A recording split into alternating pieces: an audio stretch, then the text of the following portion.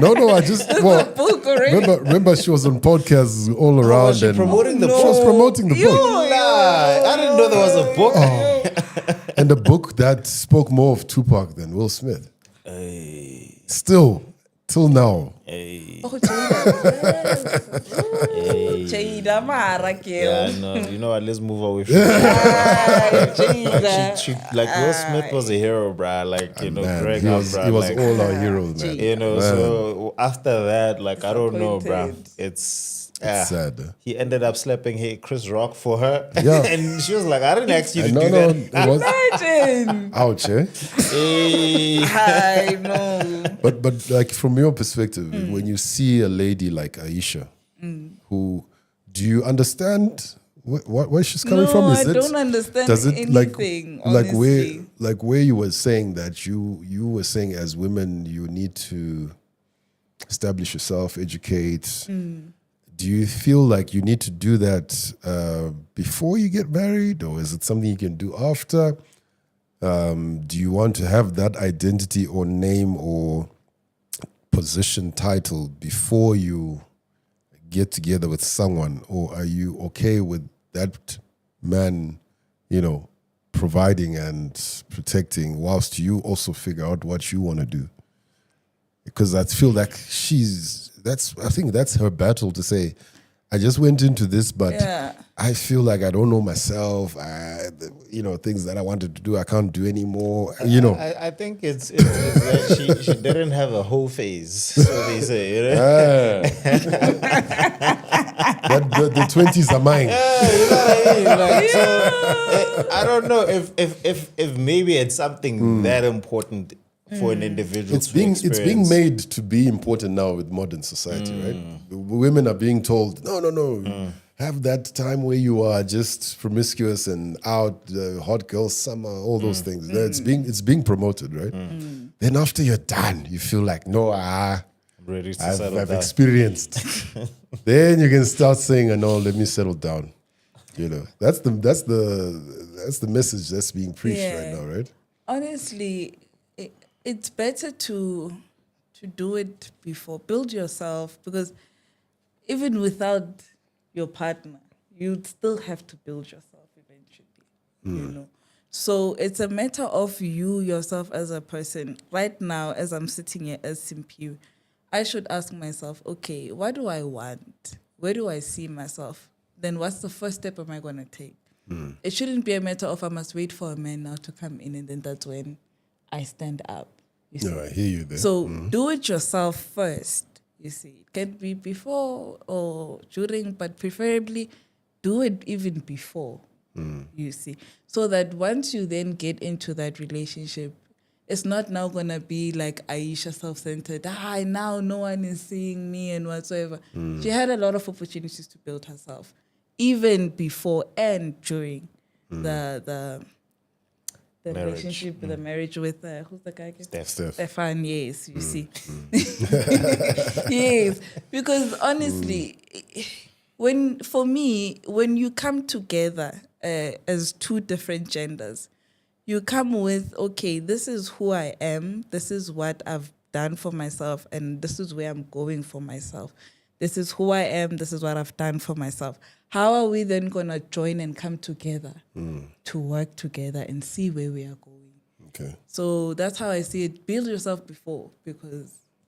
And then what's your take about this, having this period where you're just carefree and doing whatever as women?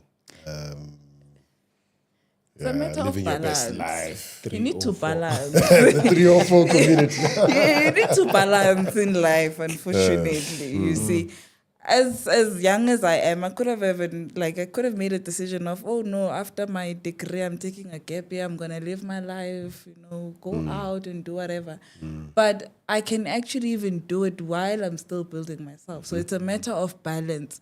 How are you prioritizing yourself? There's a time for having fun, and there's a time for being serious. Same goes into when you are in building the relationship. There's going to be a time where it's going to be nice. Then there's going to be time where we're like, okay, babe, let's work now. Where are we going? You understand? Enjoy the fruit of your hard labor. Can't always be like, now from 18 until 25, I'm going to eat my youth and whatsoever, you're going to regret it. Because your 20s are actually where you need to sit down and be like, okay, this is what I want. Let me try and do this while I can still do this. Because if you're going to waste your time being like, no, but I'm still young. I still want to have fun. Life is too short. YOLO. Yes, life is too short. But after 30 years, when we are now living in Stain City, you're going to start being like, Eish, Mara, if only when I was 23, I should have. So balance your life. Have the time for the fun part and the dating part and everything. But at the same time, in the back of your mind, plan your life as to this is what I want. So that now once you get into that relationship, it's easier for you guys to build. Okay. That's my opinion. Your opinion. You see. So what, with the influence that we have currently, like what do you feel is being pushed for a 22-year-old woman like yourself? What is the narrative now, and do you feel is being pushed to women? Because I think you are. We can hear from what you to how you talk that you are an exception to the rule. But in general, what do you feel? What narrative do you think is being pushed to the women, and how come they are taking it on and just going opposite? It stems from home. Okay. That's why they say, it takes a village. A village. But there's another one. Charity begins at home. Oh, Okay. You see, your parents, they know because they wish the best for you. Right. The parents take you to school. They want you to become a better person. They share their dreams for you. But I wish to see you working and all that and all that. You see, it stems from at home as to how you are being raised and what you are exposed to. And then now it comes into the person themselves. What do they want? Do I make sense? The person decides, okay, I'm not going to go through the route of having to be educated and all and all and all. Because I genuinely believe that right now, currently where we're standing in our times, our parents are more onto we should get educated, you see. Be educated, get your degree, have your life, start building your life. But then as a youth, obviously, we see the worldly life now. Hi, Marakai, and it looks nice. It's exciting. If I can just. And I mean, like, you see? some of these things you're only exposed to because of varsity. Varsity. Varsity, like you think like you go from being a minor living at home in high school to living by yourself. By yourself. Total freedom. You see? So that freedom, discipline. Also discipline. But you like that December break from matric to there's not enough time to build discipline. I understand. But then it goes according to you also. Yes, I mean mistakes are meant to be made, You won't be perfect from your first year. Now all of a sudden first year when you're gonna say hi. But it depends. There's degrees of mistakes you can make. That's true. Some are very costly. Yeah, some are fatal, in finals. So true. And it's okay to have fun, but you also need to remember about you yourself. Discipline, knowing what you want. So to answer you, as narrated from us as females as to or them doing the opposite. It stems from home. At home they teach you understand. At home, for them when they take you to tertiary or varsity, they know as you going to build yourself to become better. So when I want to do things the other way around, then it's you. No, I agree with It's you a you 100% there in terms of the home aspect. Because even if I look at myself, for example, there are times, of course, where you I used to jump to the other side. Yeah, we're not perfect. It happens. But it's like, you know, the just the morals from home. You remember that you know in the Bible it says teach a child in the way that they should go, so that when they're older they don't depart. So there's always that thing from the back of your mind, on the back of your mind, to say we were not raised this way. We are not. We don't do this. You know, and life will happen. I mean, you always get those distractions and. You want to experience some of these things, but And it's okay, it's about just coming back. So I feel for sure the how you grow up it does play It does play a huge major- role, to a be major quite role. honest. I have a question. It's not about relationships or like Yeah. romantic relationships. Yeah. It's more about like family relationships. Yeah. What's your position on black tax? I remember we had this conversation before. No, you know what I'm saying? Like, as you guys are like, yeah, you know, at home. At home, they sent you to school so that you can help out the family Yeah, back you know, home. you are going to And you know, now we're all perpetuating and pushing this narrative of this thing called black tax, you know. And is the family sending you to school so that you can be your own individual and forget about them? Like, there's this level of individuality in the society that we live in today. Like, everyone sees themselves as an individual. Like, I'm doing this for me and just me. Yeah. Like, even in the context of marriage, it's like, what am I gonna get? What am I gonna benefit? And I just wonder, you know, is it feasible for us, like as one, like Africans, two as black people, to think in such an individualistic manner? You know, is it something? It is, you know, if and I think for our parents, you know, they were on the right track. You know, like if I give my parents as an example, they were doing everything right. You know, they were doing the policies, saving, doing investments for retirement as well as for us. You know, as young as like. I remember I was like 6, 7 years old. I knew I already had like an investment account, you know, Wow, that okay. they had started saving up. But of course, in Zim, what happened with the conversion of, you know, our high inflation and the Zim dollar just lost value. So you can imagine, like our parents literally lost everything that they'd saved. All those projections. Gosh, When we switched to US dollar, now they're telling you what you've been saving for 20 plus years is maybe worth $100. yo.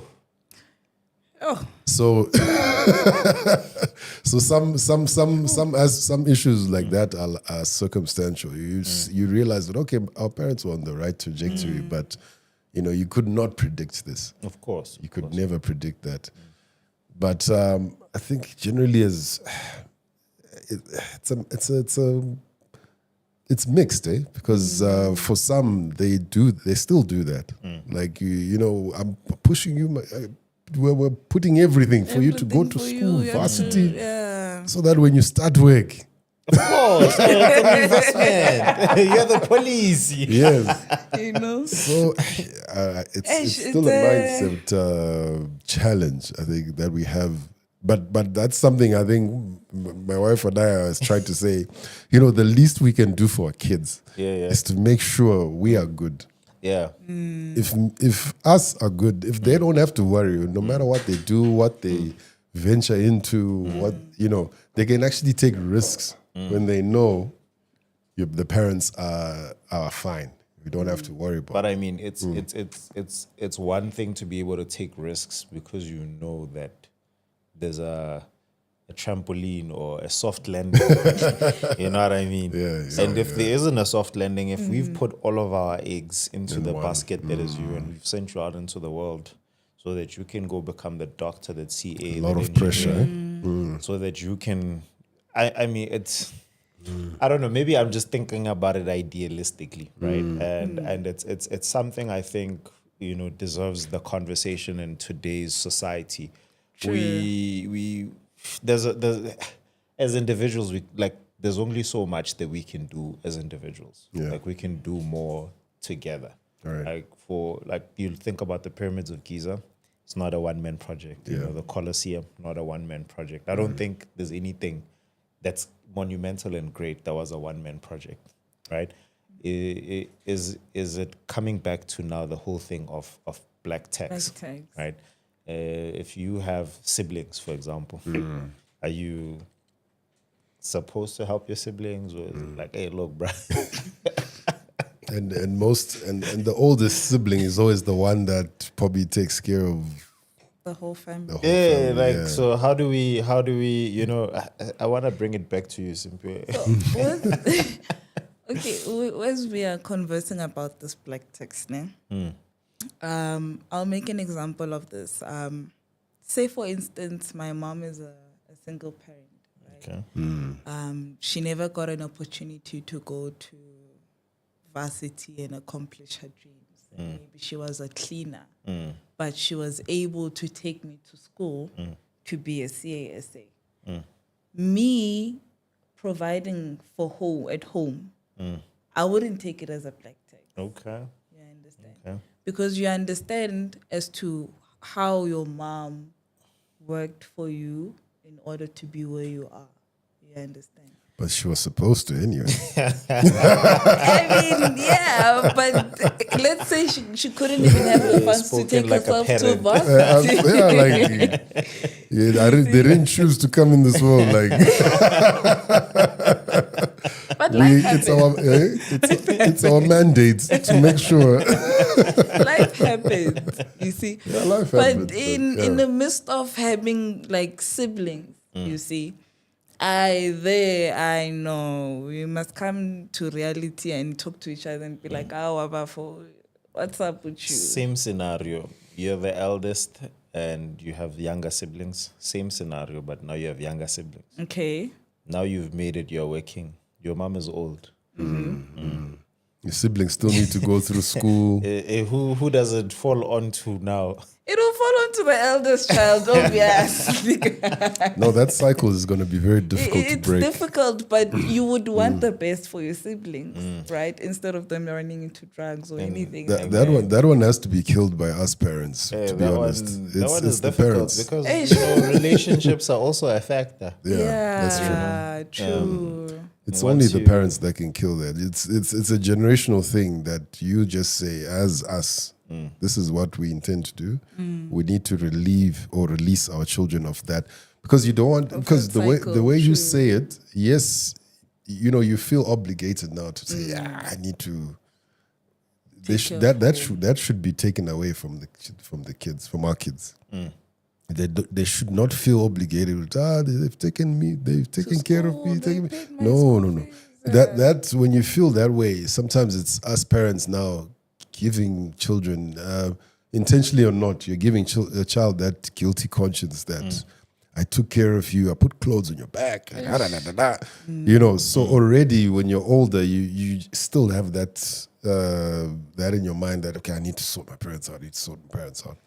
But we need to free the children from that Thinking way also. of thinking. Because it is Yeah. the parent's responsibility Yes, to take care yes. of the child. It is What their is the child's responsibility. responsibility to the parent? You just thank them. Thank you. You just and hope for the then best, boss. you hope for they the- make it. But you also, but once you've what made it, is the responsibility Of the child. Once of you've the child achieved. to the parent? once you've achieved, No, in general. In general, I don't know. Because I mean, I hear you placing all this pressure on parents. Yes, Yeah. granted. Yeah. You know, I had a responsibility to, and I could have chosen to. You know what? I don't want to do this, and there's some abandoned that you. are choosing to do that. Exactly. So I don't think it's that cut and dry, that black and white. I think it's because there is a relationship between children and parents. Parents have a responsibility to their kids, Right. to help them fulfill their dreams and become who it is that they want them to be in society. That is a given. But I think then there is also an expectation from parents that this investment that I'm making in you is gonna, amount to something. For them. It doesn't matter who, but you know what I mean. There's some that's the level hope. of responsibility that you must have. Yeah, that's the hope. At the end of the day, what the path they choose. I think even for children, the hope is my parents will take care of me. But come to think of that, when you say that, I saw a clip on Instagram where this guy was saying, as parents, we actually shouldn't rush to drive our children out of the house and saying, no, you need to grow up, fend for yourself. No, let your child stay with you for as long as possible. Let him build himself. Why should he go out and start paying rent somewhere when that money can be used to start a small business or start investing, for example? Like, there's no real reason for someone to leave unless they are then starting their own family. So that mindset shift could now you're 18, you're 19. I've never understood that at all. Yeah, exactly. Like, I've never understood it. Why? Where are you supposed to go? 100%. I mean, if you consider the economic climate of South Africa, unemployment crisis that we're having, there's no way anyone can move out if they don't have stable employment. Even if you do have stable employment, I mean, the average salary in South Africa is how much? It's like what, 5. The minimum wage is what? Is it 4, 5? Yeah, I mean, there's no way you're moving out on that money. There's no way. How will you survive? And that's what leads to all this other venturing into these other avenues that have mistakes that you cannot come back from. I think we can take a break here. on that note. All right. Thank you for joining us for part 1. Part 2 coming back soon. Thank you. The motherland, the African man. Long as I'm alive, I'ma make a plan. Strongholds to break, got long walks to take, got no votes to make. We don't bet, we pray. Hey, African man, yeah. African man, yeah. African man.